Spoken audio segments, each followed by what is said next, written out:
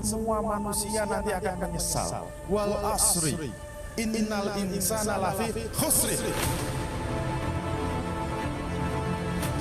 Allah sudah bersumpah, wal asri, demi waktu, demi masa.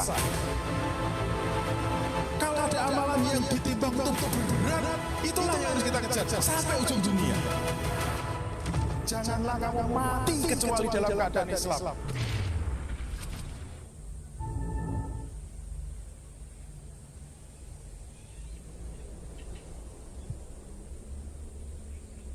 Assalamualaikum warahmatullahi wabarakatuh. Kurang semangat. Assalamualaikum warahmatullahi wabarakatuh. Kurang semangat.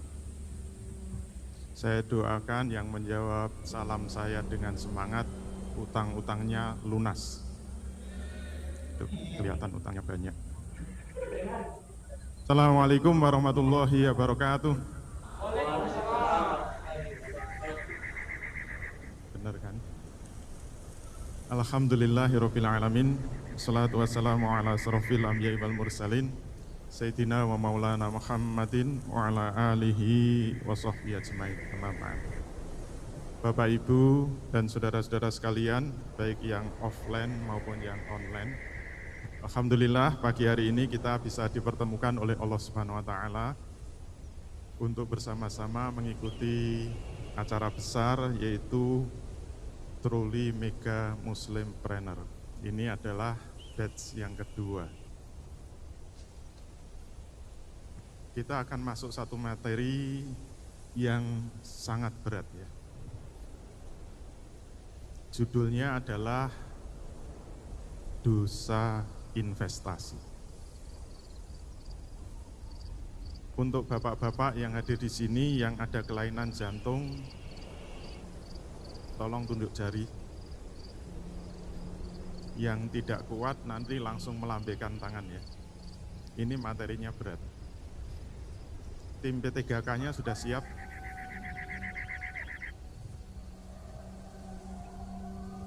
Saya bukan menakut-nakuti, tapi nanti kalau materi sudah kita sampaikan, kalau ada yang merasa tidak takut, itu yang rusak apa? Imannya yang rusak. Dosa investasi, ini investasinya pakai tanda kutip.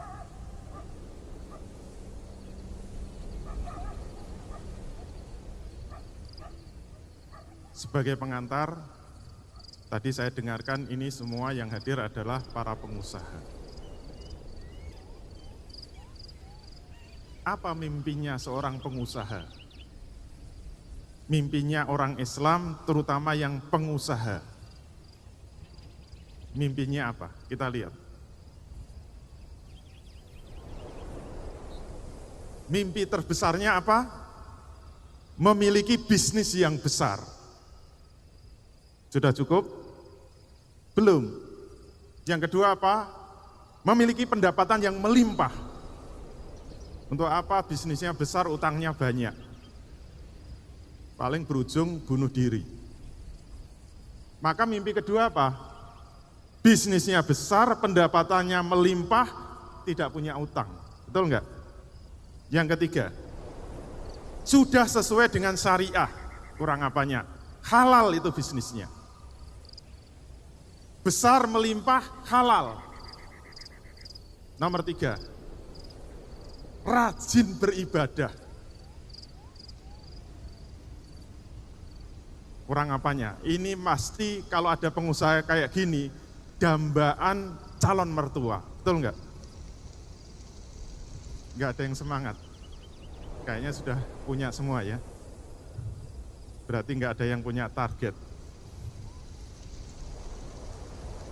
Bisnisnya besar, pendapatannya melimpah, halal, rajin beribadah. Cukup? Belum. Masih ada yang keempat. Banyak bersedekah. Ayo, kurang apanya?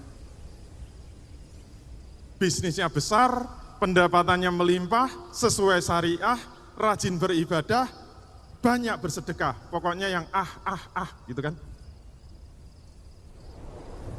ketawanya agak ngeres nih. Sebelah mana itu? Sudah cukup? Nomor 5. Sudah sering melakukan haji dan umrah.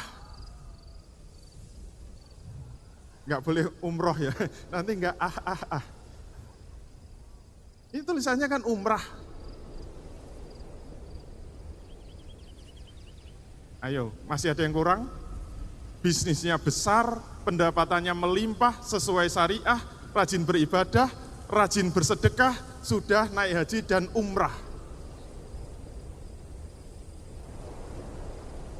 Sudah 6. Kurang 1 kan? Mati masuk surga. Betul enggak? Siap?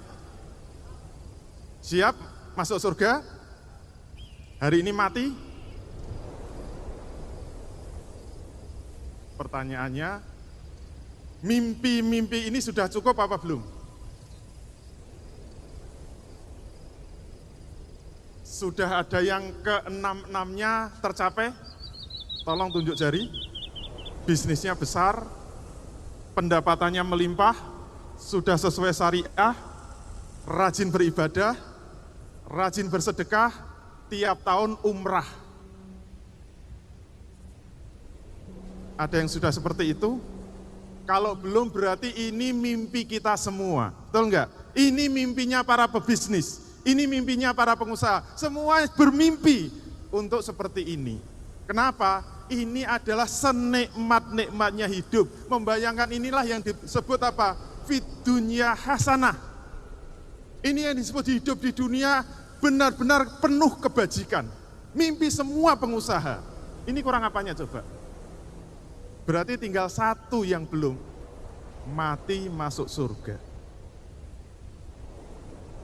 Oke?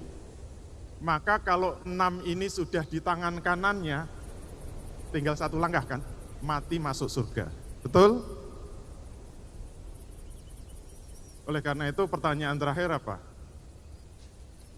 Kalau pengusaha sudah seperti ini, biasanya apa? Sudah mencapai titik puncak kesuksesan hidup di dunia dan akhirat. Semua sepakat? Ini jadi mimpi kita, sepakat? Setuju? Kalau setuju cukup sekian. Ya sudah, materinya cuma ini aja. Ini namanya truly Muslimpreneur, iya enggak? Inilah pengusaha muslim yang sesungguhnya. Truly itu kan yang sesungguhnya. Dan ini kan materi truly Muslimpreneur. Berarti kalau ini sudah tercapai semua, mimpi menjadi muslim pengusaha yang sesungguhnya sudah tercapai. Setuju? Kalau setuju berarti selesai. Terima kasih panitia.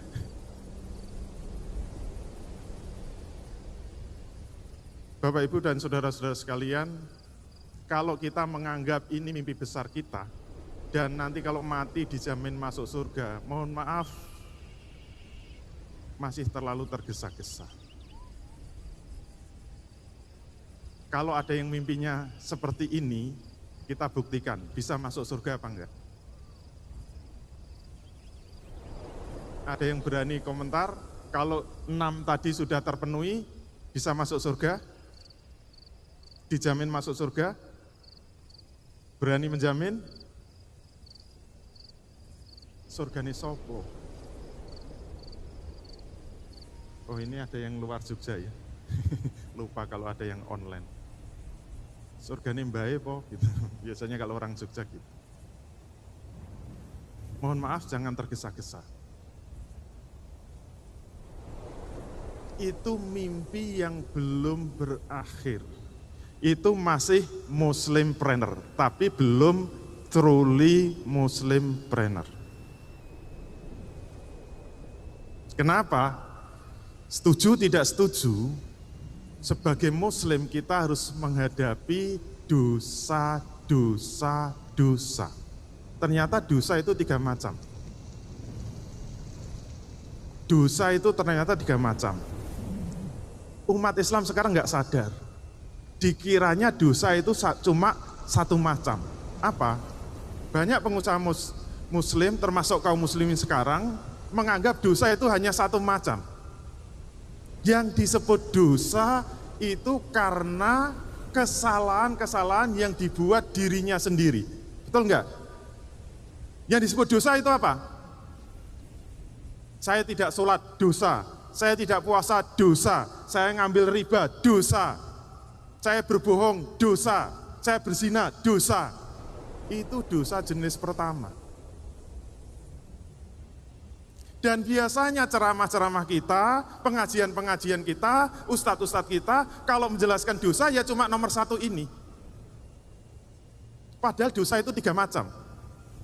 Nanti boleh setuju, boleh tidak. Kalau nggak setuju, gugat saja. Nanti saya hapus. Dosa itu 3 macam.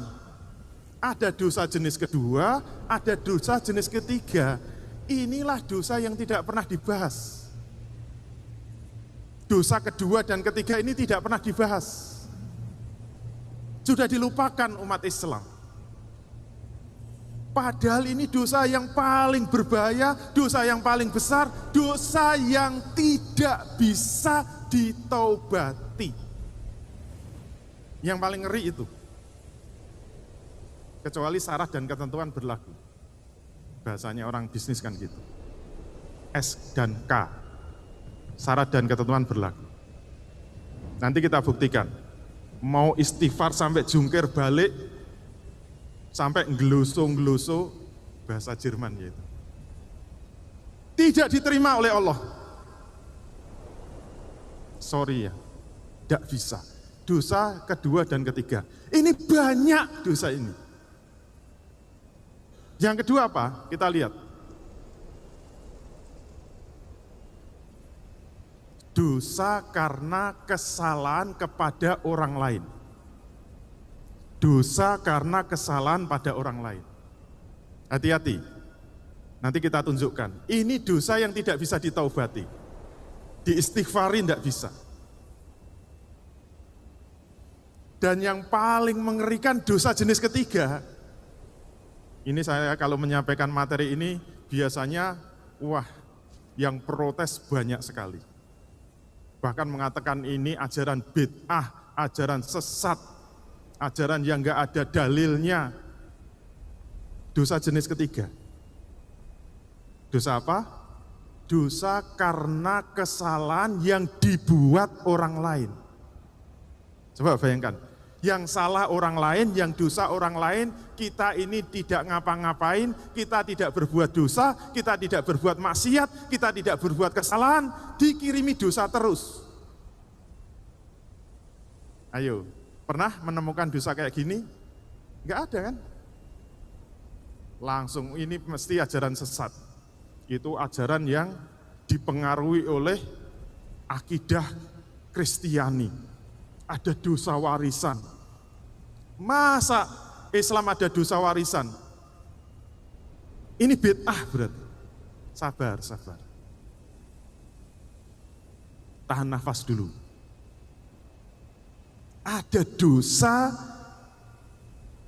yang diberikan kepada kita, tapi yang melakukan dosanya itu orang lain.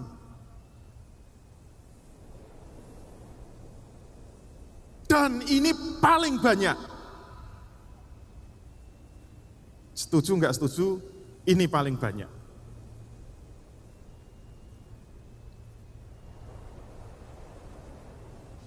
Oleh karena itu, dosa kedua dan ketiga ini nggak pernah dibahas. Kalau dibahas, nggak menarik. Yang paling takut ustadznya. Kalau ustadz bahas dosa kedua ketiga, langsung nggak diundang lagi.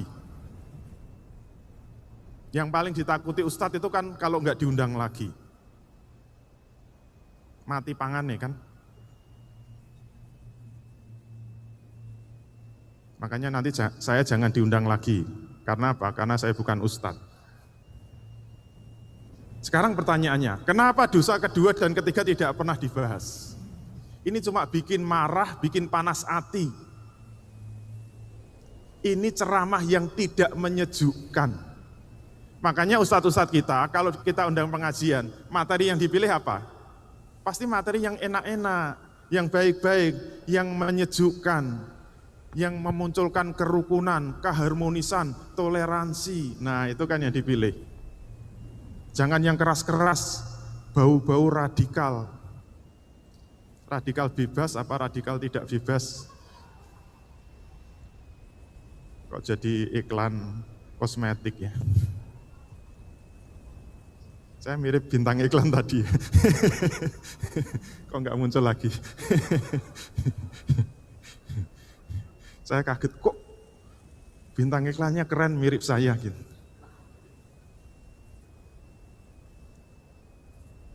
Nah, apa contohnya? Materi ceramah yang biasa dipilih oleh para ustadz pasti materi-materi yang menyejukkan, yang menentangkan. Contohnya apa? Kalau bulan Ramadan, insya Allah ini hadis yang paling banyak muncul di bulan Ramadan. Coba kita tunjukkan, kita sampaikan. Nanti rasanya kan adem, rasanya sejuk, rasanya jes gitu kan. Qala Rasulullah sallallahu alaihi wasallam. Rasul sallallahu alaihi wasallam bersabda, "Man shoma Ramadana imanan wahtisaban ghufira lahu ma taqaddama min dzambi." Man shoma Ramadana, barang siapa yang berpuasa Ramadan imanan wahtisaban, dengan penuh keimanan dan penuh pengharapan, ghufira lahu, maka akan dihapuskan. Apa yang dihapuskan? Ma taqaddama. Mohon maaf salah baca. Kalau kita ketemu kata ma, biasanya kalau ulama beneran, kalau saya bukan ulama ya. Ulama kalau ketemu kata ma itu pasti hati-hati. Kenapa? Ma itu lafadz yang maknanya banyak ya. Salah satunya lafadz yang maknanya umum. Berarti kalau ini dibaca ma taqaddama, maknanya apa? Semua dosa-dosa yang sudah lampau itu pasti bisa dihapuskan oleh puasa Ramadan. Kenapa? Karena ada ma. Dosa apa saja? Sekarang tunjukkan. Pernah mencuri? Dihapus oleh puasa Ramadan. Pernah berzina? Dihapus oleh puasa Ramadan. Pernah korupsi? Dihapus oleh puasa Ramadan. Pernah riba? Dihapus oleh puasa Ramadan. Semua dosa-dosa dihapus oleh puasa Ramadan. Syaratnya apa? Dengan penuh keimanan dan penuh pengharapan. Coba ini kalau dibaca di bulan Ramadan, rasanya gimana? Begitu Syawal rasanya apa? Bersih dari dosa, putih bersih, ya enggak? Tidak ada noda sama sekali. Karena apa? Deterjennya paling hebat. Kok iklan terus ya? Gara-gara jadi bintang iklannya. Lupa. Putih bersih, satu Syawal langsung tidak ada dosa sama sekali. Tidak ada noda. Siap untuk bikin dosa lagi. Nah, biasanya kan gitu. Jangan khawatir, nanti bulan Ramadan dihapus lagi. Ya enggak? Nek ketemu bulan Ramadan. Syawal masuk, bersih, putih, bikin dosa lagi. Dihapus oleh puasa Ramadan. Kenapa? Ma taqaddama min dzambi. Semua dosa-dosa yang pernah dilakukan dihapuskan oleh puasa Ramadan. Ini kan enak kan? Wah, ustadznya mesti laris itu. Wah, akan diundang di mana-mana, masuk TV, jadi bintang iklan. Ini adalah super god, misalnya gitu. Mohon maaf ya, keterucut. Gak apa-apa, nanti tinggal kontrak.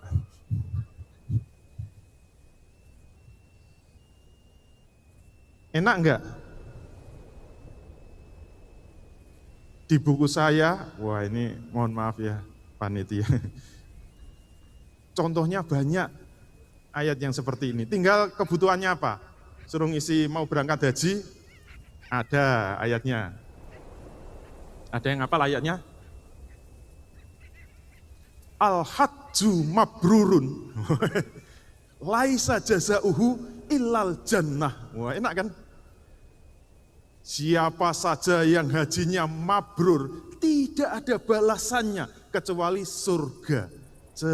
Gitu kan, enak kan? Ini ayat yang harus kita pilih. Pengajian tuh yang bikin sejuk, jangan bikin panas hati.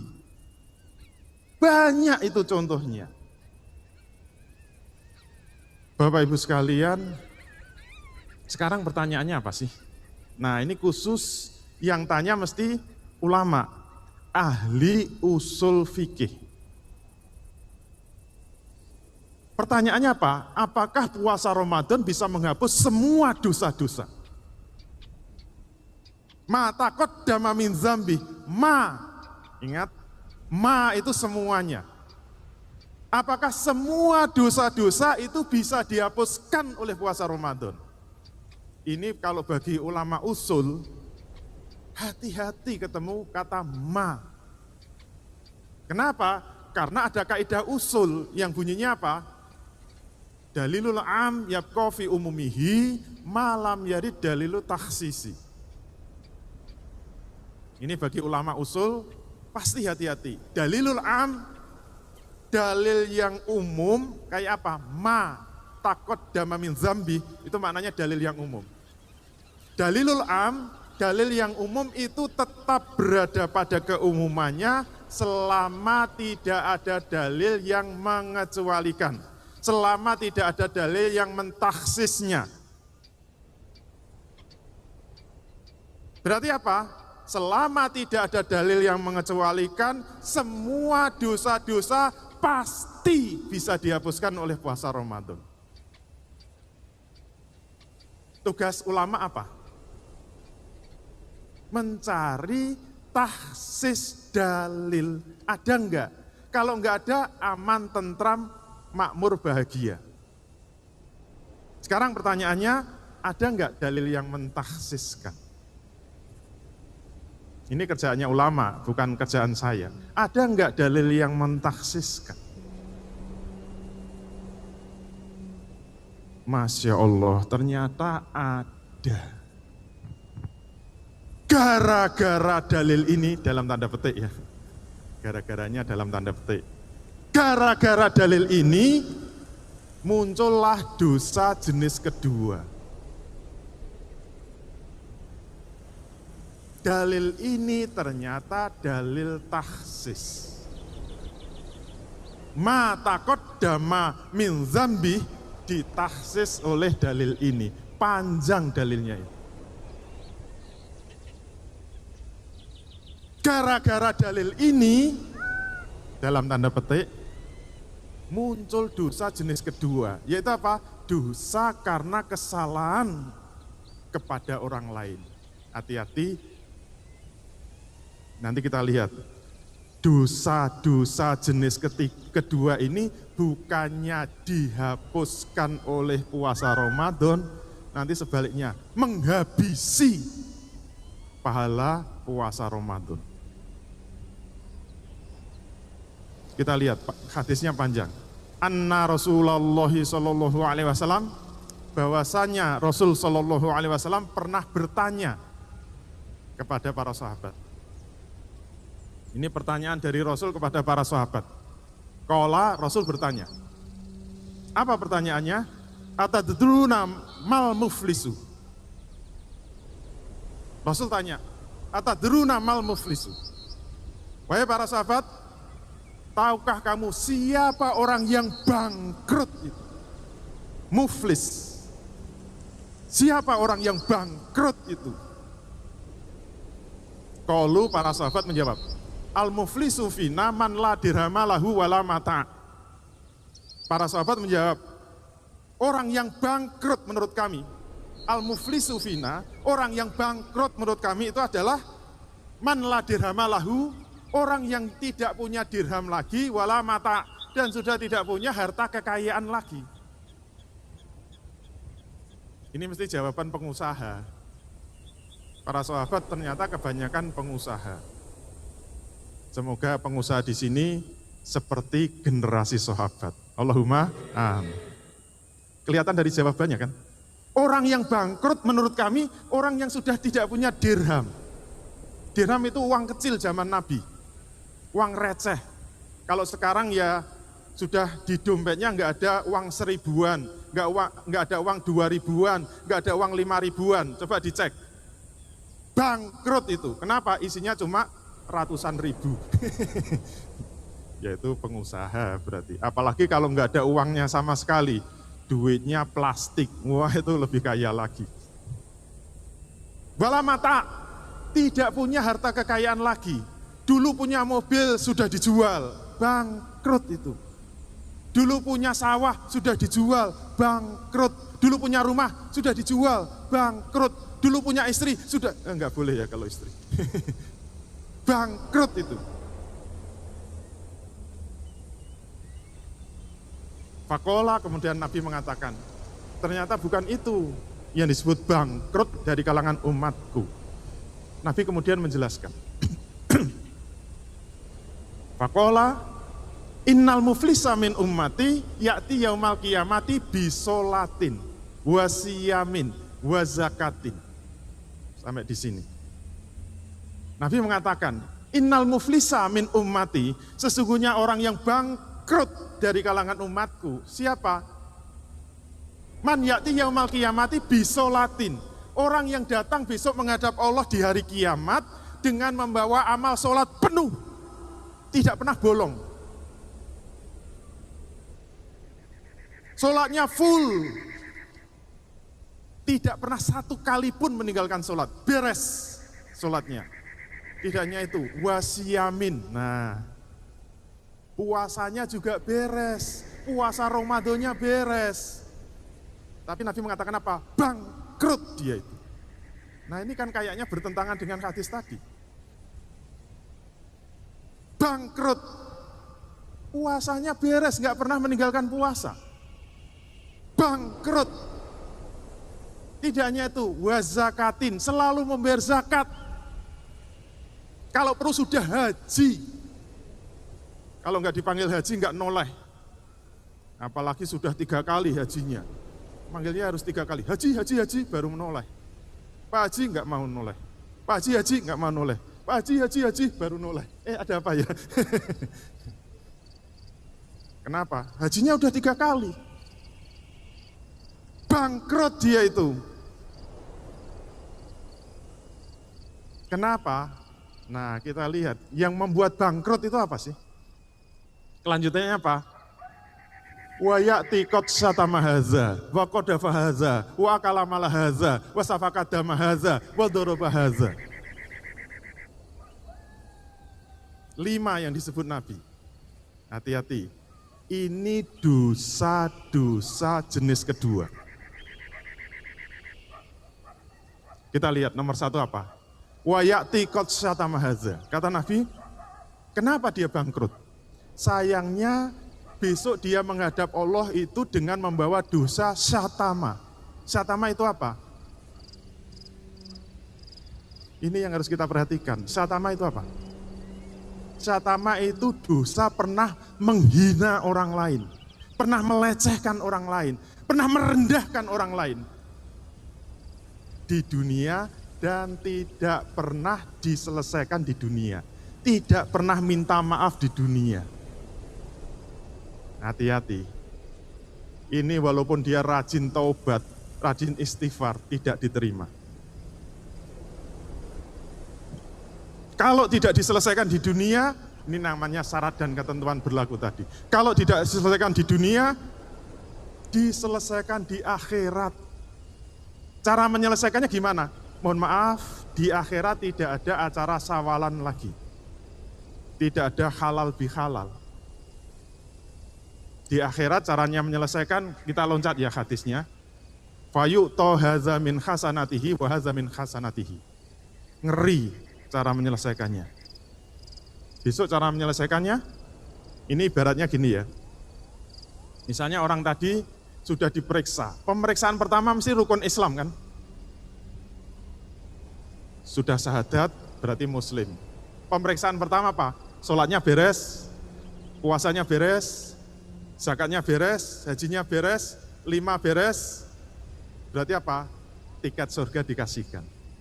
Rukun Islam. 5 kan? Kan tinggal digandeng sama malaikat Ridwan, tinggal melangkah gitu. Sudah siap masuk surga, tinggal melangkah, tinggal baru setengah langkah. Ya Allah, jangan masukkan dia ke surga. Langsung ada yang interupsi. Hati-hati, di akhirat itu saling menginterupsi. Gak mau kalah sama gedung DPR kan. Ya Allah, jangan masukkan dia ke surga. Dia pernah menghina saya di dunia.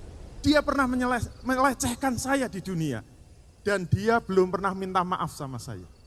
Ya Allah, digugat itu ya Allah. Berat. Apalagi yang tunjuk jari banyak. Ya Allah, dia juga pernah menghina saya. Masih sakit di dada ini. Nyanyi, sakitnya tuh di sini. Wah, malah sampai segitu. Terus cara menyelesaikan? Ternyata bukan salam-salaman. Cara menyelesaikannya, fayu'to haza min hasanatihi wa haza min hasanatihi. Akan diambil amal kebajikannya, akan diambil amal kebajikannya. Mulai dari mana? Ya mulai dari pahala sholatnya diambil, pahala sholatnya diambil, pahala sholatnya diambil, dikasihkan orang. Setiap ada orang tunjuk jari, nanti dibuktikan kan filmnya diputer. Pahala sholatnya diambil, pahala sholatnya diambil, sampai selesai urusan syatama. Kalau masih ada sisa pahala ya silahkan masuk surga. Baru mau ngangkat setengah, kelompok 2 interupsi. Ya Allah, jangan masukkan dia ke surga. Kenapa? Dosa yang kedua apa? Wa qodafa haza. Qodaf. Qodaf itu apa? Fitnah. Ingat, fitnah itu lebih kejam daripada tidak memfitnah. Fitnah itu besok gugat, ya Allah jangan masukkan si fulan ke surga. Kenapa? Dia pernah memfitnah saya. Menyebarkan berita bohong. Menyebarkan hoax. Fitnah itu. Cara menyelesaikannya sama. Fayu'to haza min hasanatihi wa haza min hasanatihi. Kalau pahala sholatnya habis, nah bergerak ke pahala puasanya. Pahala puasanya diambil, pahala puasanya diambil, pahala puasanya diambil. Itu yang dimaksud tadi apa? Bukannya pahala puasa itu menghilangkan dosa-dosa ini, tapi dosa-dosa jenis kedua ini menghabisi pahala puasa. Ya Allah, gak main-mainin.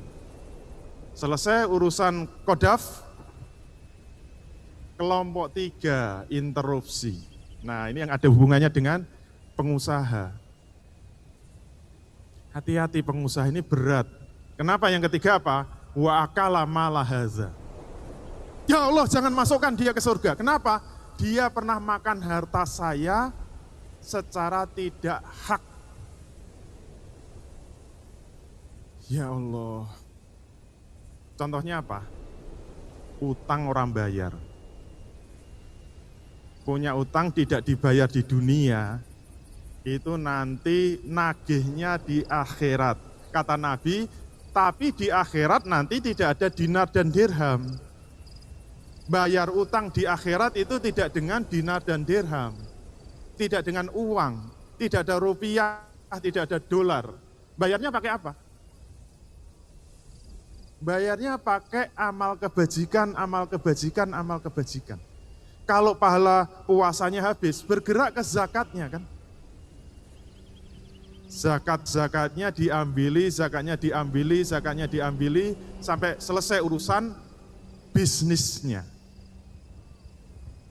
Hati-hati yang jadi juragan, wah tadi diumumkan, warung SS karyawannya 4.000, bangga kan? Berat.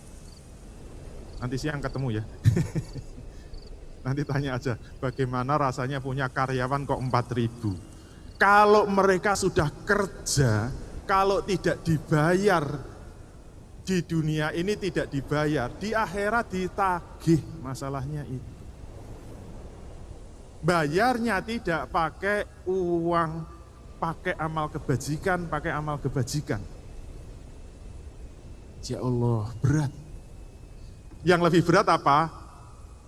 Pemimpin. Berat.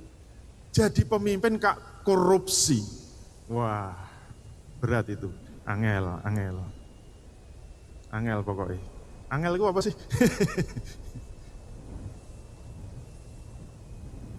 Misalnya saja ya, jadi bupati korupsi. Sini masuk kabupaten apa? Sleman, misalnya ya. Mohon maaf Pak Bupati Sleman, misalnya. Jadi bupati Sleman korupsi. Nanti yang gugat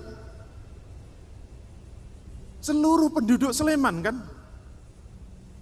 Kalau penduduk Sleman misalnya 3 juta, nanti tunjuk jari semua. Ya Allah, jangan masukkan bupati ke surga. Kenapa? Dia korupsi uang rakyat Sleman. Lu kok tahu? Korupsi kan sembunyi-sembunyi. Di akhirat semua dibongkar sama Allah Subhanahu wa taala. Filmnya diputar semua itu. Tidak ada yang tersembunyi sedikit pun. Semua melotot, semua melihat, semua ngerti hak-haknya yang dizolimi. Bayangkan 3 juta tunjuk jari semua. Bangkrut itu bupatinya. Harus ada ekonya ya. Bangkrut, krut. Wah saking bangkrutnya. Itu baru bupati loh. Kalau gubernur gimana coba? Gubernur Jawa Tengah misalnya, korupsi. Yang nuntut berapa? Ya penduduk Jawa Tengah berapa? Misalnya 30 juta. Coba kalau tunjuk jari semua. Ya Allah, 30 juta tunjuk jari semua. Jangan masukkan gubernur itu ke surga. Kenapa? Dia pernah korupsi uang rakyat Jawa Tengah. Mau dibayar pakai apa coba? Kalau habis pahala zakatnya kan bergerak hajinya. Pahala hajinya diambil, pahala hajinya diambil, pahala hajinya diambil. Itu baru gubernur. Kalau presiden gimana coba? Presiden kak korupsi. Yang nuntut berapa? 270 juta. Ya Allah, wah tunjuk jari semua. 270 juta orang, tunjuk jari semua. Jangan masukkan presiden ke surga. Ambiar itu. Nuntut semua. Nanti sekali-kali kalau ada pilkada dibaca itu hadis itu. Mundur semua saya jamin.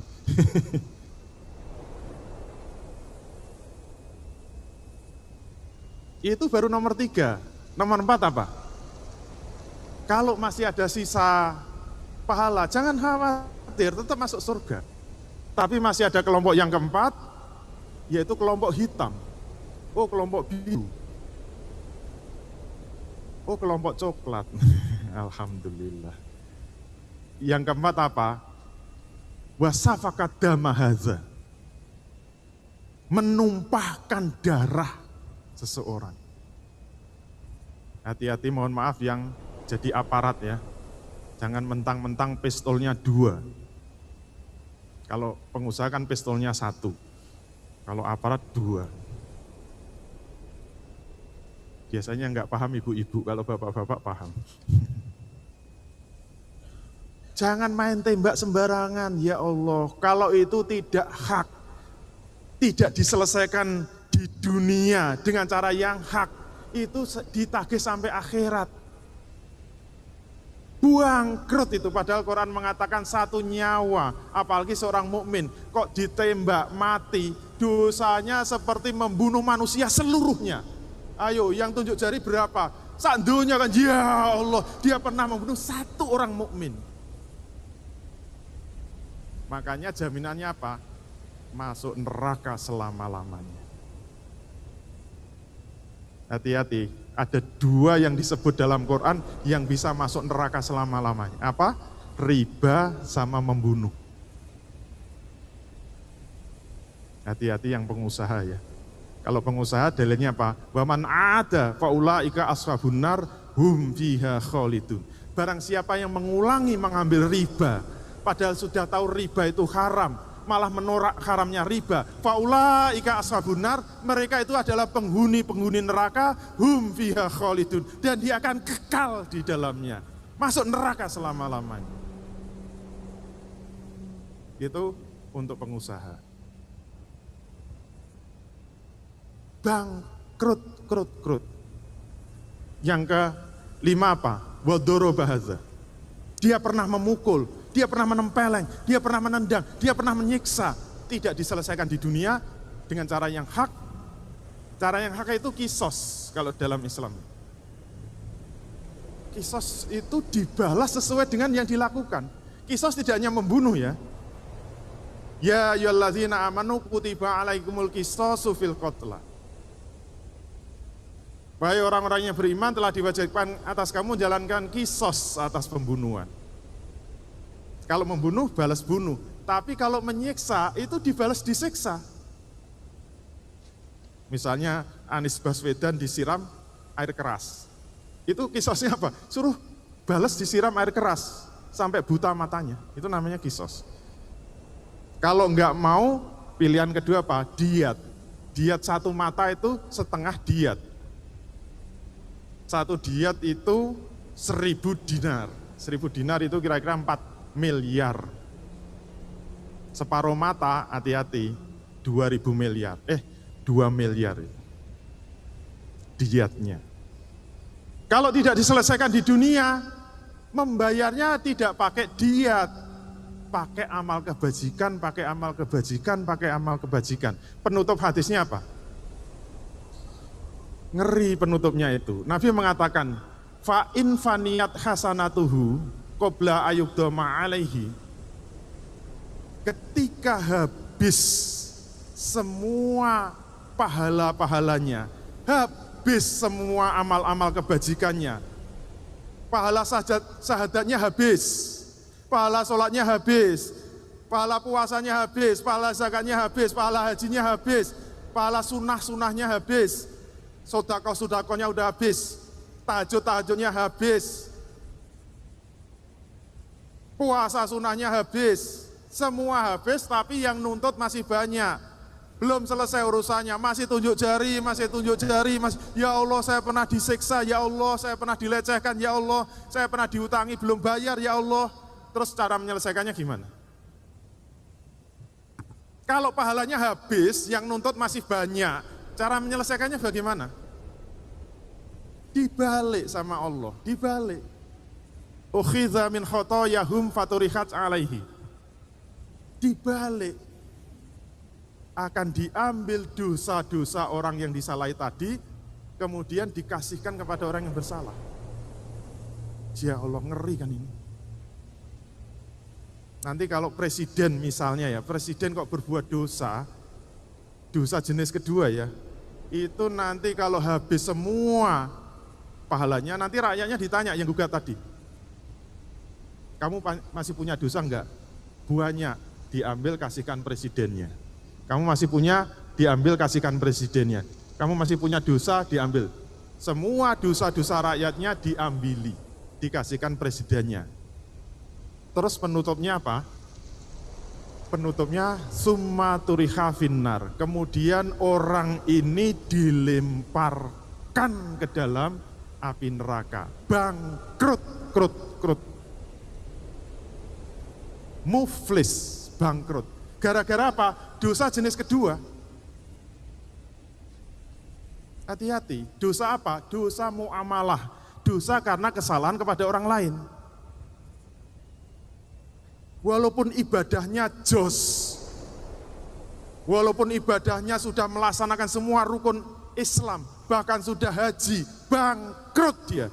Gara-gara apa? Dosa jenis kedua. Bangkrut, krut. Selesai. Masih kuat? Kalau sudah nggak kuat cukup sekian. Masih kuat? Itu baru pengantar ya. Belum masuk materi. Untuk pemanasan saja ya. Sampai jam berapa ini? Masih kuat? Sekarang masuk acara inti. Kok acara inti? Materi inti. Yang paling berat bukan dosa jenis kedua, mohon maaf. Yang paling berat dosa jenis ketiga. Siap? Masuk dosa jenis ketiga. Apa? Dosa investasi. Nah, ini baru masuk materi. Ingat, investasinya dalam tanda petik. Apa dosa investasi itu? Kita lihat. Twing. Gak muncul. Kita ulangi. Twing. Duang. Makhluk apa itu? Dosa investasi. Sesuai katanya ya. Saya menggunakan istilah investasi supaya nyambung dengan pengusaha. Pengusaha kan sukanya investasi kan. Apa yang disebut investasi? Kalau punya uang 100 juta, ditanamkan ke perusahaan. Tugas investor apa? Diam, ya enggak? Investor kan enggak melakukan apa-apa. Tugas investor apa? Diam. Yang kerja duitnya kan. Nah, cukup diam, kalau dapat keuntungan, dikirimi keuntungan kan. Tapi hati-hati, kalau rugi, dikirimi kerugian juga. Itu namanya investasi. Hati-hati, dalam buku saya sebutkan, semua muslim itu investor. Setuju tidak setuju, semua muslim itu investor. Begitu kita syahadat, begitu kita mengucapkan 2 kalimat syahadat, setuju tidak setuju, kita itu investor. Berarti harus siap-siap kalau ada pahala investasi, dikirimi pahala investasi. Tapi hati-hati, kalau ada dosa investasi, cukup diam, dikirimi juga. Enggak usah melakukan dosa, cukup diam di rumah, jadi anak soleh, cinta Allah, cinta Nabi, rajin ngaji, wali ya. Gimana? Rajin sholat, rajin ngaji, cinta Allah sampai mati. Islam, yes. Sudah lama enggak ikut TPA soalnya. Saya dulu lulus pertama langsung jadi direktur. Wah, keren kan? Pengantin baru lulus jadi direktur. Direktur apa? TPA. Keren kan? Makanya masih apal. Tepuk anak soleh. Jadi cukup jadi orang baik, orang soleh, nggak pernah berbuat dosa, nggak pernah berbuat maksiat, nggak pernah buat salah sama orang lain, dikirimi terus dosa. Dosa apa? Dosa investasi. Jangan disalah artikan dengan dosa jariah ya, salah. Dosa investasi itu bukan dosa jariah, sorry ya, pasti belum pernah baca buku saya. Kalau dosa jariah itu dosa karena perbuatan, dia berbuat dosa, kemudian dosanya ngalir terus, itu namanya dosa jariah. Dosa investasi itu bukan itu, sorry. Enggak lah ya, beda kelas. Dosa investasi itu apa? Dosa karena diam, tidak melakukan apa-apa.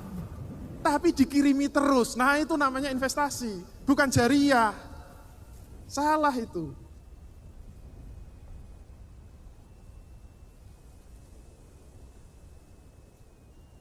Hati-hati ini.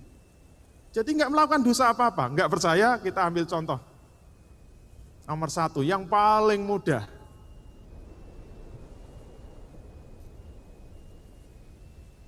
Kalau ada orang meninggal kemudian jenazahnya tidak diurus, siapa yang dosa? Ada yang mau jadi contoh? Yang paling depan siapa? Yang sudah mau meninggal? Siapa? Oh, Mas Nino. Untuk contoh nggak apa-apa ya? Iya, karena saya lihat tadi sudah sakaratul maut. Sudah gini-gini terus. Cocok ini tuh contoh. Mohon maaf ya. Biasanya yang dipakai contoh pahalanya banyak dan umurnya panjang biasanya gitu. Kira-kira 24 jam meninggal.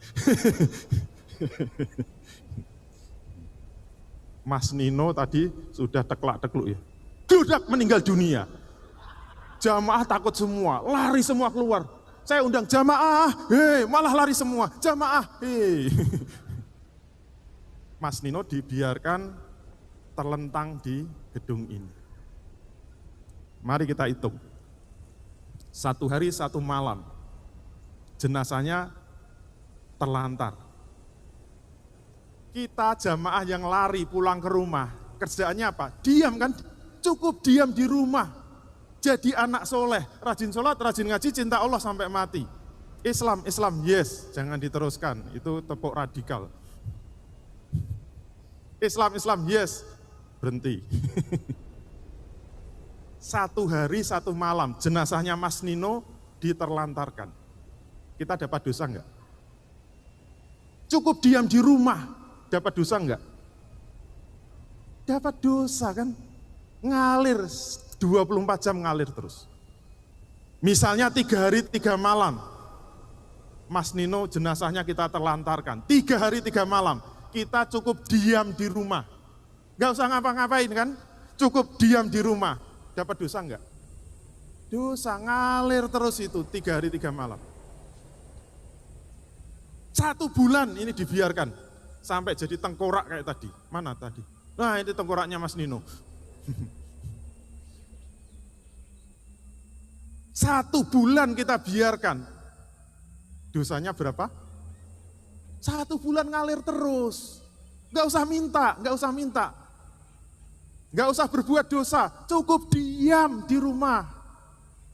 Cukup menjadi anak soleh. Mengalir terus dosanya. Apalagi setahun dibiarkan. Yang lebih ngeri apa? Dosa investasi ini dimensinya tidak hanya waktu. Dimensinya tempat. Kalau Mas Nino ini kita biarkan terlentang jenazahnya di sini, jamaahnya lari semua, yang dosa siapa? Semua jamaah TMP ini dosa semua. Kalau jamaah TMP diam semua, dosanya ternyata meluas. Nanti seluruh Kabupaten Sleman dosa semua. Penduduk Sleman diam semua, Provinsi Jogja dosa semua. Provinsi Jogja diam, seluruh Pulau Jawa dosa semua. Kaum muslimin di Pulau Jawa diam, se-Indonesia, seluruh Indonesia dosa semua. Kaum muslimin Indonesia diam semua, seluruh kaum muslimin dunia dosa semua. Mengapa? Insya Allah sudah paham semua. Kalau contohnya Mas Nino meninggal dunia. Konkret kan? Tadi sudah sakaratul maut, tinggal nunggu meninggalnya. Kita doakan. Kalau contohnya jenazah, nyambung kan? Padahal dosa investasi itu banyak. Hati-hati. Kita ambil contoh kedua. Gak usah dipelototi. Gambarnya saru. Sudah dibayangkan saja. Wah, dibayangkan malah ngeri. Jika ada orang berzina, siapa yang berdosa? Pernah dengar ceramah di masjid? Kalau ustadznya bahas perzinaan, kalau ada orang berzina, siapa yang dosa? Yang dosa yang berzina, iya enggak? Siapa yang masuk neraka? Yang berzina. Siapa yang akan disiksa neraka? Yang berzina. Benar apa enggak itu? Ceramah ustadz kayak gitu benar apa enggak? Salah. Tegas. Kalau ada orang berzina, siapa yang berdosa? Seluruh kaum muslimin berdosa. Ayo. Dosanya dari mana coba? Wah, ini ajaran ngawur ini. Bid'ah ini, sesat. Orang enggak berzina kok ikut dosa. Dari mana coba dosanya? Kita kan anak soleh. Rajin sholat, rajin ngaji, cinta Allah sampai mati. Islam, yes. Boro-boro zina, pacaran aja enggak berani. Boro-boro pacaran, ngelirek aja pingsan. Anak soleh dilawan. Kok ketawanya bukan anak soleh ini. Dosanya dari mana coba? Ini ajaran dari mana? Sabar. Silakan baca An-Nur ayat 2. Ini bukan dari saya, pelan-pelan. An-Nur ayat 2. Az-zaniyatu waz-zani fajlidu kulla wahidin minhuma mi'ata jaldah. Kalau diterjemahkan, kalau ini bahasa bebasnya ya, kalau ada pezina perempuan dan pezina laki-laki, kalau nggak ada ya sudah, jangan ribut. Ada nggak perzinaan? Kalau nggak ada ya sudah, cukup sekian. Kalau ada pezina perempuan dan pezina laki-laki, perintahnya apa coba? Fajlidu. Kalau pernah belajar bahasa Arab, ini namanya apa? Fi'il amr. Ada wawu alif sukun, maknanya apa? Mukhotabnya orang kedua jamak. Fajlidu, beda dengan fajlid. Kalau fajlid yang diperintah satu orang, fajlid. Tapi kalau fajlidu maknanya apa? Cambuklah, wahai kaum muslimin sekalian. Siapa yang diperintah? Yang diperintah bukan yang berzina. Yang diperintah siapa? Seluruh kaum muslimin. Cambuklah wahai kaum muslimin sekalian, masing-masing dari keduanya dengan 100 kali cambukan. Sekarang pertanyaannya, kalau kaum musliminnya diam, memangnya kenapa sih? Udahlah, cuek aja, diam aja, bukan urusan kita. Yang zina ya zinanya sendiri sana. Kita kan anak soleh, rajin sholat, rajin ngaji, cinta Allah sampai mati. Islam, yes. Zina, no. Berubah ya. Apa urusannya dengan pezina? Kita kan anak soleh. Apa coba urusannya? Udah biarin aja yang zina. Oke, kalau diam silahkan dilanjutkan. Hati-hati. Kelanjutannya apa coba? Wala ta'khudkum bima ra'fatum fi dinillahi in kuntum tu'minuna billahi wal yaumil akhir. Ayo, siapa yang berani baca ini ayat? Wala ta'khudkum bima, janganlah rasa belas kasihan kepada keduanya ini, ra'fatum fi dinillah, menghalangi kamu menjalankan agama Allah. Hati-hati. Janganlah rasa belas kasihan kepada keduanya ini menghalangi kamu untuk menjalankan agama Allah. Belum titik, ada in syarti, in yang menunjukkan syarat. Nah, ketemu in syarti itu hati-hati. Kenapa kelanjutannya? In kuntum tu'minuna billahi wal yaumil akhir. Ya Allah, ini yang berat in syartinya itu. In kuntum tu'minuna billahi wal yaumil akhir. Maknanya apa coba? Jika kamu masih punya iman kepada Allah dan hari akhir. Jika masih punya iman kepada Allah dan hari akhir. Mohon maaf, kalau punya iman. Kalau nggak punya ya sudah, nggak usah ribut. Sekarang pertanyaannya, masih punya iman nggak? Masih punya iman nggak kepada Allah dan hari akhir? Kalau masih ngaku-ngaku punya iman, ada syaratnya. Nah itu namanya insarti. Siapa yang ngaku beriman? Ada syaratnya. Syaratnya apa?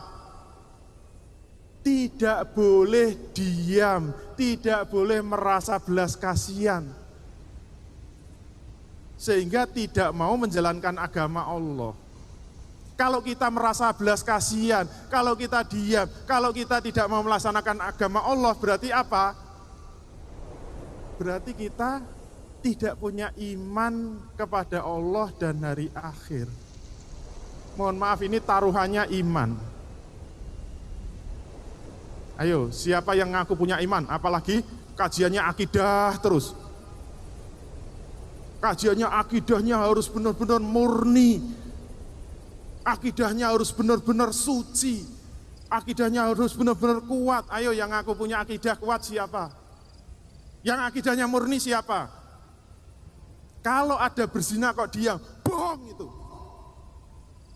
Bohong itu. Ngaku-ngaku beriman.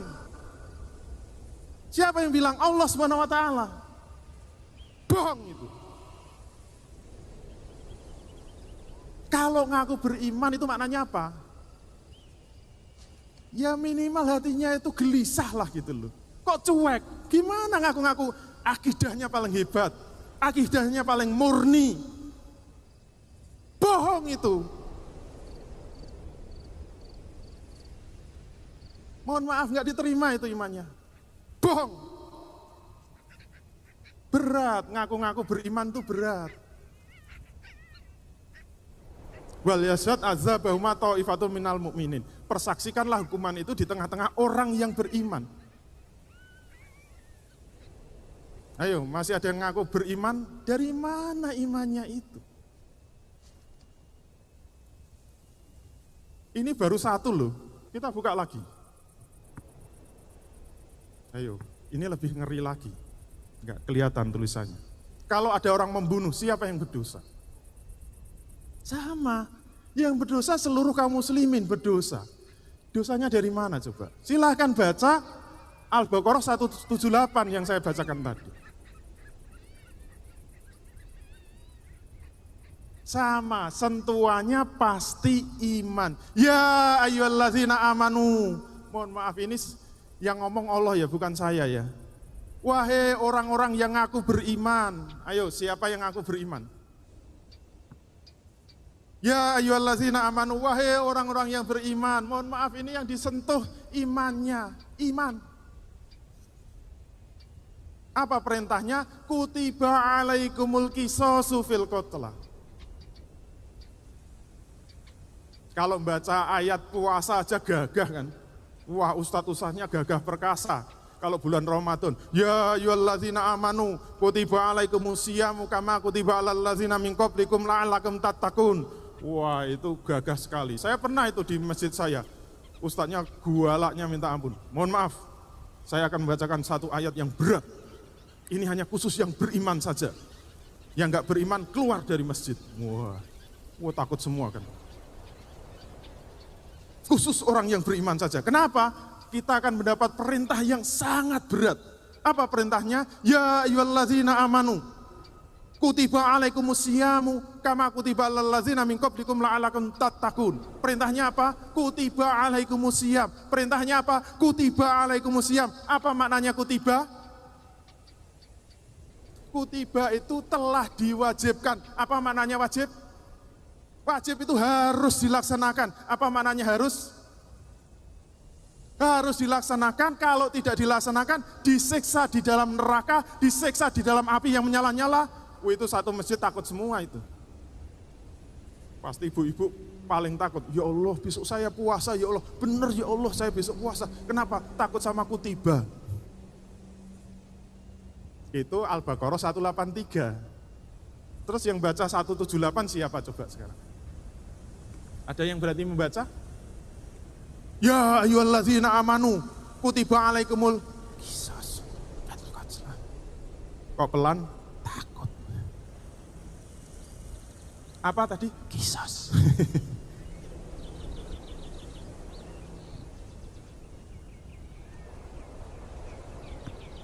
Kalau ada orang membunuh tidak dikisos, siapa yang berdosa?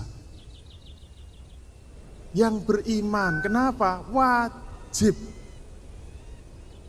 Masih ada lagi? Nah, kalau ada orang mencuri, siapa yang berdosa? Sama. Jangan dikira yang dosa pencurinya, yang masuk neraka pencurinya. Sorry ya, silahkan baca Al-Maidah 38. Nah, redaksinya sama kayak zina tadi. Wasariku wasarikatu faqta'u aydiyahuma. Kalau ada pencuri laki-laki dan pencuri perempuan, perintahnya apa? Faqta'u, ada wawu alif sukun. Siapa yang diperintah? Orang kedua jamak. Faqta'u, potonglah wahai kaum muslimin sekalian aydiyahuma, tangan dari keduanya. Jaza ambima kasaba nakala minallah wallahu azizun hakim. Sebagai balasan dari Allah karena perbuatannya, sebagai siksa dari Allah, dan Allah maha perkasa lagi maha bijaksana. Dalam buku saya banyak sebenarnya contohnya. Saya langsung loncat ya. pada dosa yang tidak pernah kita pikirkan. Out of mind. Kita pikirkan saja nggak pernah. Dosa apa coba?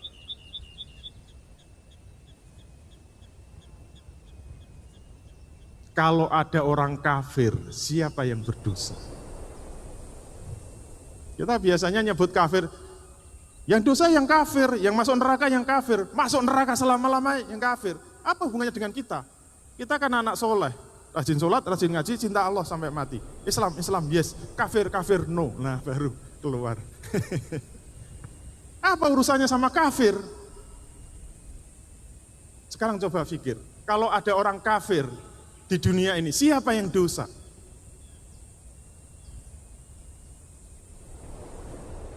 Sekarang penduduk bumi 8 miliar, yang muslim 2 miliar. Berarti yang kafir berapa?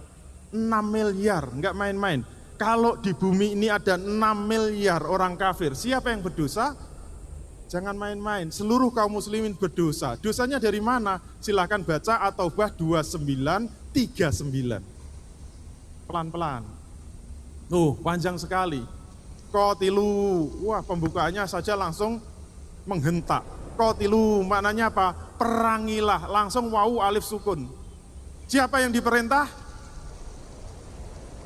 Orang kedua jamak, kaum muslimin. Qatilu, perangilah, wahai kaum muslimin sekalian. Siapa yang disuruh memerangi? Alladzina la yu'minuna billahi wala bil yaumil akhir. Orang-orang yang tidak beriman kepada Allah dan hari akhir. Yang kedua, wala yuharrimuna ma harramallahu wa rasuluhu. Orang-orang yang tidak mau mengharamkan apa yang diharamkan Allah dan Rasulnya. Yang ketiga, wala yadinuna dinal haqqi minal ladzina utul kitaba. Orang-orang yang tidak mau beragama dengan agama yang hak dari kalangan ahli kitab. Hatta yu'tul jizyata aydihum shahirun. Sampai mereka membayar jizyah dengan keadaan patuh dan tunduk. Pertanyaannya sama. Kalau kita diam memangnya kenapa? Kalau kita cuek memangnya kenapa? Buka saja korinahnya. 39. Illa tangfiru yu'adzibkum azaban alima. Jika kamu tidak mau berangkat berperang, ketahuilah bahwa Allah akan menyiksa kamu dengan siksa yang sangat pedih. Masuk neraka. Pasti masuk neraka itu. Gak main-main itu. Kalau nggak percaya sama ayat ini, didobeli nanti siksanya. Jangan merasa enteng masalah ini. Jangan merasa yakin masuk surga. Surganya siapa? 6 miliar kafir didiamkan, neraka itu. Masih ada lagi, ini yang paling berat ini. Kalau di dunia ini umat Islam tidak diatur dengan syariat Islam, siapa yang berdosa? Jangan ngomong cuma penguasanya. Seluruh kaum muslimin berdosa. Dosanya dari mana? Silakan baca. Fahkum bainahum bima anzalallah wa la tattabi ahwa'akum amma ja'aka minal haq. Putuskanlah perkara di antara mereka dengan apa-apa yang diturunkan oleh Allah. Janganlah kamu mengikuti hawa nafsu mereka. Mereka itu jamak. Siapa? Mohon maaf, anggota DPR. Amma ja'aka minal haq, sehingga meninggalkan kebenaran yang sudah datang kepadamu. Kalau kita nggak mau, memangnya kenapa? Lihat korinahnya. Wa malam yahkum bima anzalallah faulaika humul kafirun. Saya langsung ambil ayat yang paling tegas. Siapa saja yang tidak mau memutuskan perkara di antara manusia dengan apa yang diturunkan oleh Allah, mereka itu adalah orang-orang yang kafir. Ayo, siapa yang aku beriman? Dari mana imannya? Kafir itu. Ini yang ngomong Allah ya, bukan saya. Kalau nggak suka sama ayat ini ya terserah, buang aja itu ayat. Ini ayat-ayat radikal, buang saja semuanya. Nggak setuju, buang aja itu dari Quran. Dipilih aja ayat-ayat yang lembut. Kalau mau gitu, persis kelakuannya sama Yahudi dan Nasrani. Persis itu. Injil udah diobrak-abrik sekarang. Quran mau begitu juga, tunggu aja.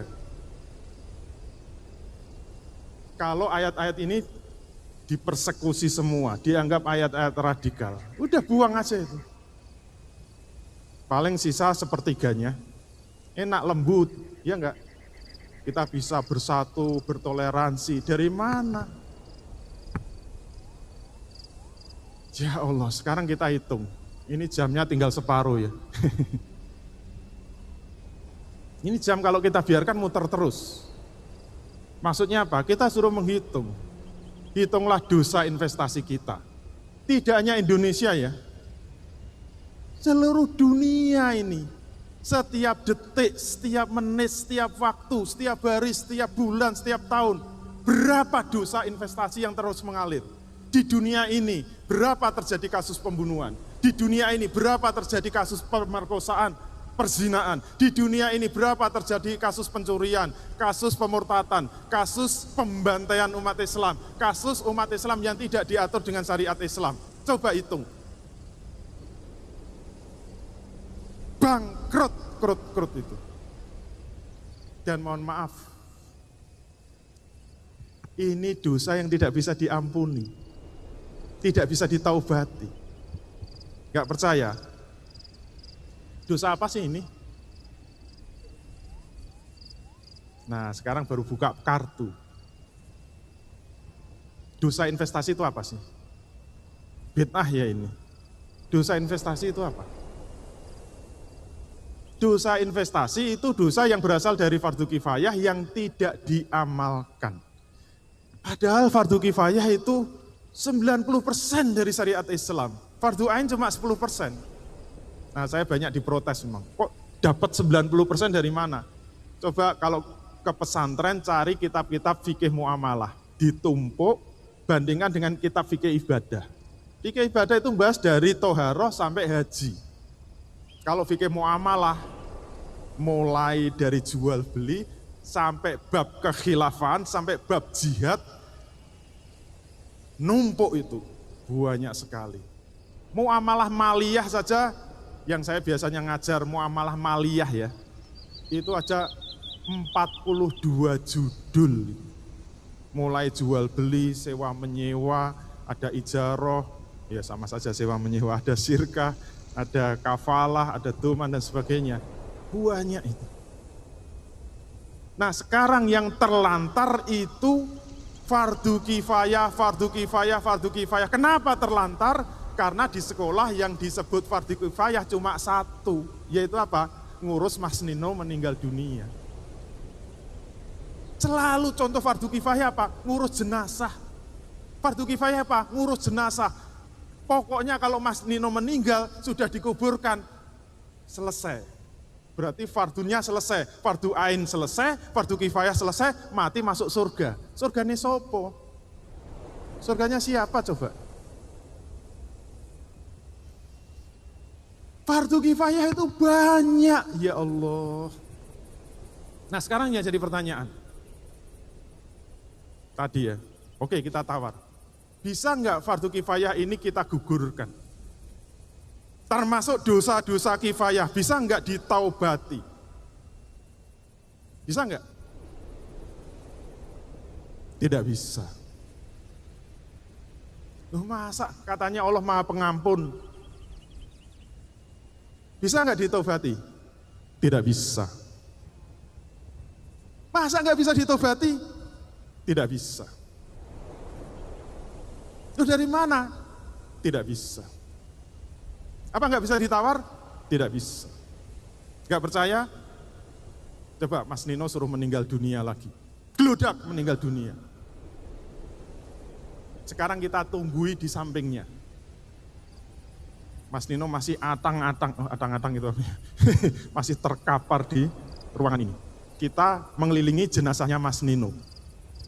Istighfar bareng-bareng, astagfirullah, astagfirullah. Ya Allah ampuni dosa kami, kenapa nggak mau ngurusi jenazahnya Mas Nino, astagfirullah. Besok kita ulangi lagi, hari kedua, kita istighfar bareng-bareng, astagfirullah, astagfirullah. Hari ketiga, astagfirullah, sampai sebulan istighfar terus, diterima nggak? Diterima nggak tobatnya? Tidak bisa.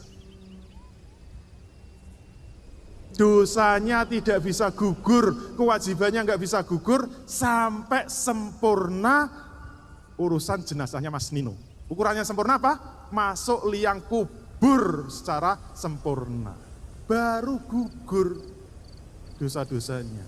Ya enggak?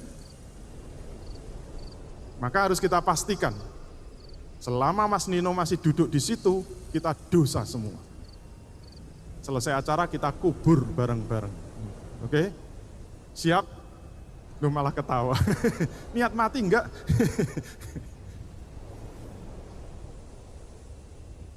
Jadi dosa kifayah tidak bisa digugurkan kecuali sudah diamalkan secara sempurna. Kita tawaran kedua sekarang. Gimana kalau diamalkan secara individu atau kelompok? Tapi urusan hudud tadi ya, bukan urusan jenazah. Misalnya tetangga kita berzina, tertangkap basah. Kok bisa zina tertangkap basah? Zinanya di kolam renang misalnya ya. Digelandang, dilaporkan ketua takmir. Namanya siapa? Pak Nino, misalnya ketua takmirnya. Kok hidup lagi? Ya terserah kan. Pak Nino, lapor. Ini ada pezina laki-laki perempuan. Tertangkap basah, mohon dicambuk 100 kali. Oke, siap. Nanti besok hari Ahad saya umumkan di masjid ada hukuman cambuk bagi pezina. Bisa enggak? Tidak bisa. Itu gimana? Katanya suruh mengamalkan. Tidak diamalkan dosa, diamalkan tidak bisa. Kenapa? Hukumnya haram. Itu gimana sih? Ini niat apa orang? Diamalkan Pak Nino sebagai ketua takmir. Bisa? Tidak bisa. Hukumnya haram. Kenapa haram? Karena tidak ada hukum cambuk swasta. Hukuman cambuk harus negeri. Hanya negara yang boleh melaksanakan. Kalau dilaksanakan oleh individu atau kelompok, tidak bisa. Hukumnya haram. Terus bagaimana? Adakah cara untuk menggugurkan dosa-dosa kifayah ini? Adakah cara untuk menggugurkan fardu-fardu kifayah ini? Ada enggak? Tidak ada, mohon maaf, tidak ada. Terus gimana? Ya sudah. Kalau mati gimana? Masuk neraka, jangan khawatir. Enggak usah rebutan ya, neraka itu luas kok. Cukup. Termasuk saya, iyalah. Kenapa? Enggak bisa digugurkan. Kita ini seperti membentur tembok yang sangat keras. Tembok baja, enggak ada lubangnya, enggak ada celahnya, enggak bisa ditembus. Fardu kifayah hanya bisa gugur kalau sudah diamalkan secara sempurna. Kalau belum diamalkan, tidak bisa diampuni, tidak bisa ditaubati, tidak bisa diistighfari, enggak bisa. Ada jalan keluar? Tidak ada. Terus gimana? Ya sudah cukup sekian. Kok ada yang ketawa? Serius ini. Ada solusinya? Tidak ada. Ayo, siapa yang berani ngasih solusi? Ada cara menggugurkan fardu kifayah selain sudah diamalkan, cara menggugurkannya gimana coba? Tidak ada. Terus gimana? Ya sudah cukup sekian. Siap-siap masuk neraka. Banyak loh ini dosa-dosa kifayah ini. Terus gimana? Ada solusi? Kita lihat. Nah, ternyata sekeras-kerasnya tembok baja ada tetap celahnya. Ada lubangnya, walaupun sangat kecil, ada lubangnya. Alhamdulillah. Ada yang pengen enggak? Pengen masuk lubang yang kecil itu? Pengen enggak? Ada syaratnya. Syarat dan ketentuan berlaku. Mau? Syaratnya apa? Syaratnya cuma satu, yaitu apa? Khusus bagi yang membeli buku saya.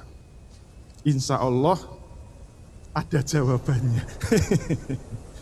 Lumayan kan, dapat iklan terus. Bosnya marah nanti, mohon maaf bos. Ternyata solusinya apa? Fardu kifayah itu beda dengan menggugurkan dosa kifayah. Jadi menggugurkan fardu kifayah beda dengan menggugurkan dosa kifayah. Tetap konsisten. Fardu kifayah tidak bisa digugurkan kecuali sudah diamalkan secara sempurna. Nggak ada kamusnya, bisa digugurkan. Tapi kalau dosa kifayah bisa. Dasarnya cuma satu hadis. Kalau nggak percaya sama hadis ini wassalam. Sudah nggak punya sandaran lagi. Hadisnya apa? Rufi'an ummati al-khoto'i wa nisyani wa mastukrihu alaihi.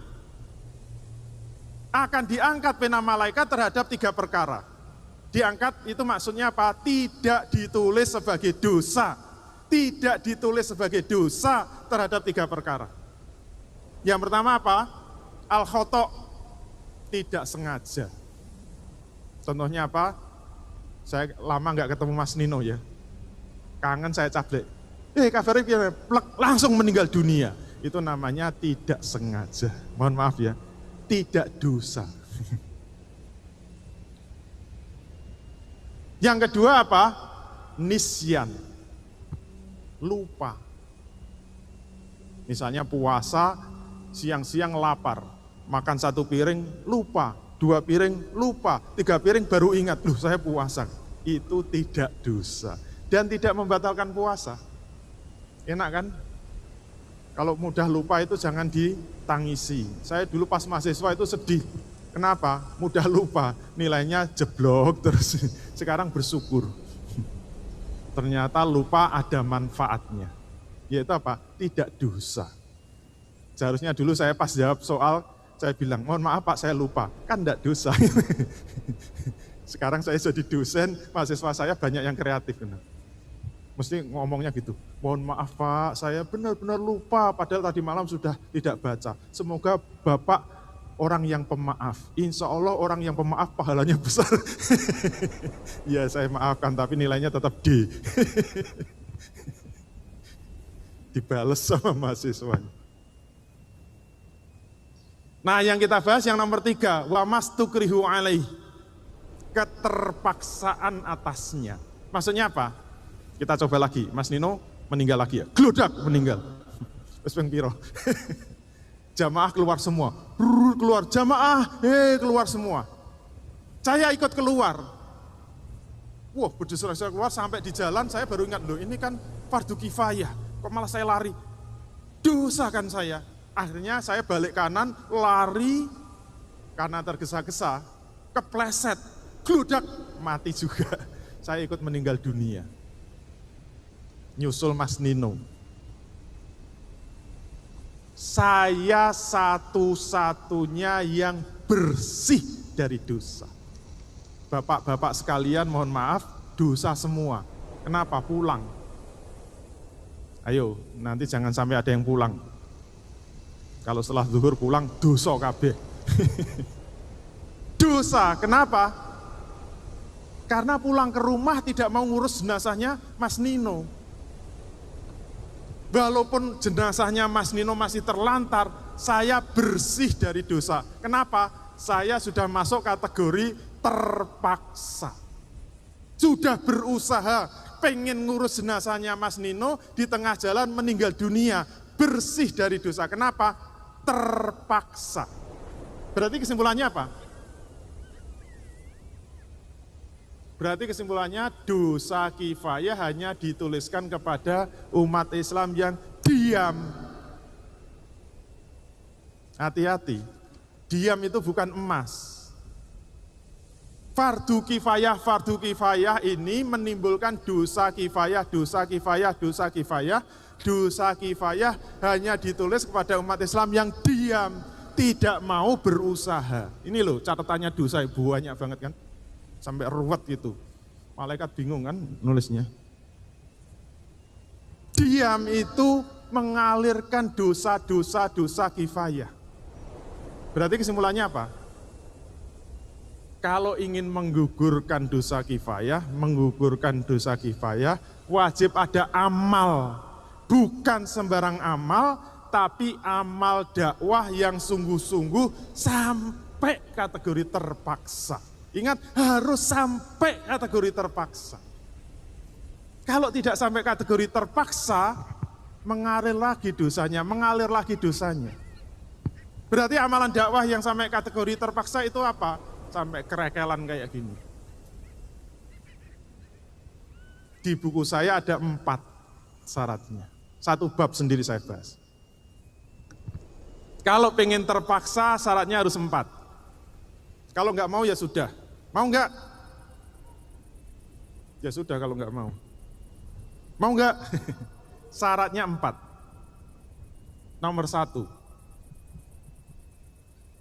1, amal dakwahnya wajib berhubungan langsung dengan fardu kifayahnya. Hati-hati. Loh, kenapa harus langsung berhubungan? Saya pernah di Australia menyampaikan materi ini. Mohon maaf. Ada yang tanya, Pak, saya ini tiap hari dakwah. Saya tiap hari keliling-keliling dakwah. Saya tiap hari menyampaikan Islam. Apakah saya masih kena dosa investasi? Karena di Australia kan harus bahasa Inggris ya. Maybe yes, maybe no. Wah, isone mung kuwi tok. Mungkin iya, mungkin tidak. Duh, tergantung apa? Tergantung dakwah yang Bapak sampaikan. Bapak tiap hari dakwah menyampaikan apa? Loh, saya itu menyampaikan Islam, saya mengajak orang untuk sholat, saya mengajak orang untuk sholat berjamaah, saya mengajak orang sholat berjamaah di masjid. Apakah saya tetap kena dosa? Jangan khawatir Pak. Bapak dapat pahala, insya Allah pahalanya banyak, tapi juga dapat dosa. Loh, dosa apa? Dosa investasi. Kok bisa? Dalilnya apa? Biasanya kan gitu. Gak usah pakai dalil lah. Mas Nino suruh datang ke Australia, suruh meninggal di sana.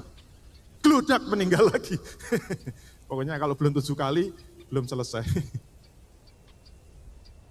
Mas Nino meninggal di Australia. Terus sekarang dakwah apa yang Anda sampaikan? Kalau cuma ngajak-ngajak, yuk kita tahlilan, yuk kita baca yasinan. Tiap hari tahlilan, tiap hari yasinan. Dapat pahala enggak? Insya Allah dapat. Daripada ribut. Dapat dosa enggak? Dapat. Kenapa? Dakwahnya enggak nyambung. Dakwah itu kan mengajak, ajakannya enggak nyambung dengan kewajibannya.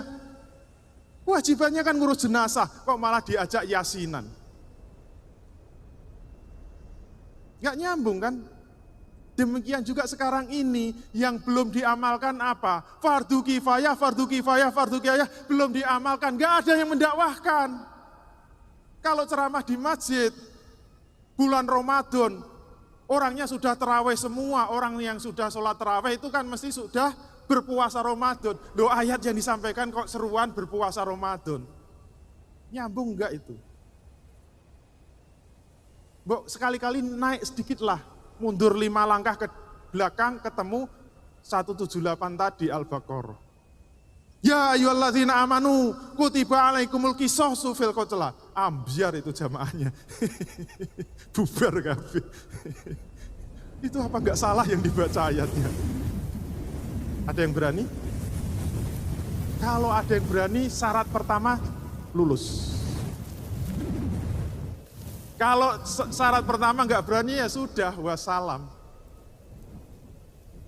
Kalau berani menyampaikan fardu kifayah, ternyata belum cukup, belum masuk kategori terpaksa. Syarat kedua apa? Amalan dakwahnya tidak boleh sendirian.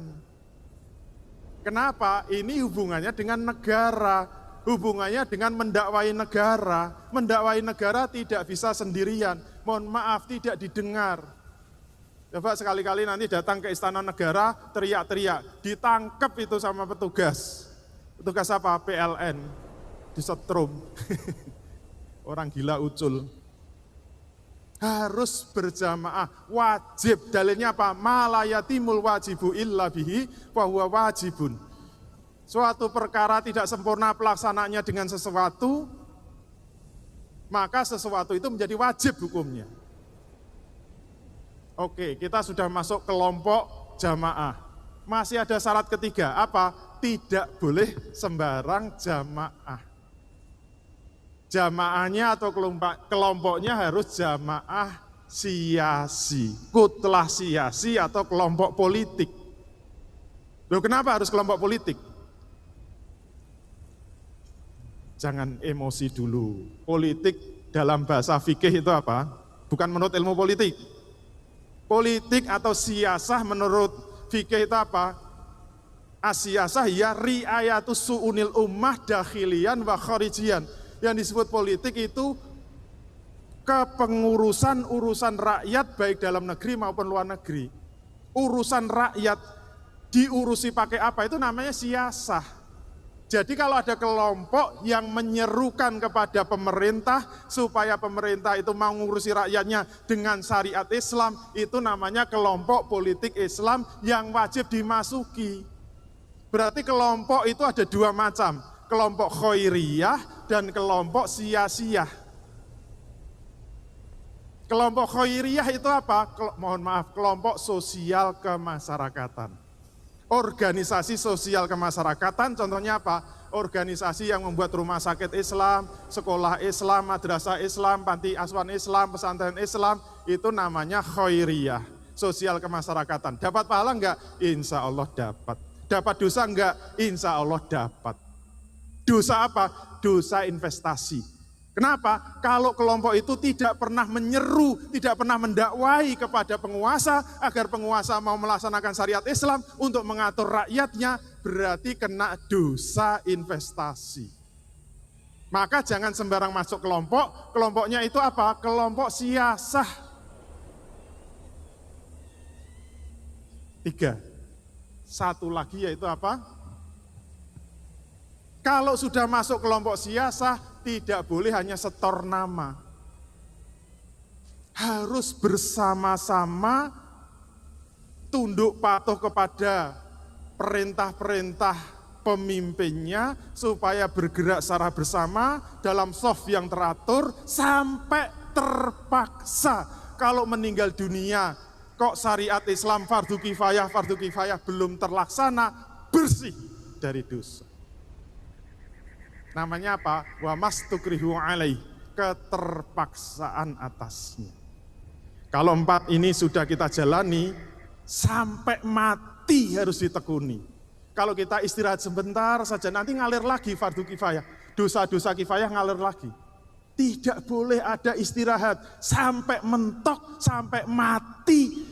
Kalau belum juga terlaksana, bersih dari dosa. Insya Allah masuk surga. Allahumma amin. Sekian, assalamualaikum warahmatullahi wabarakatuh.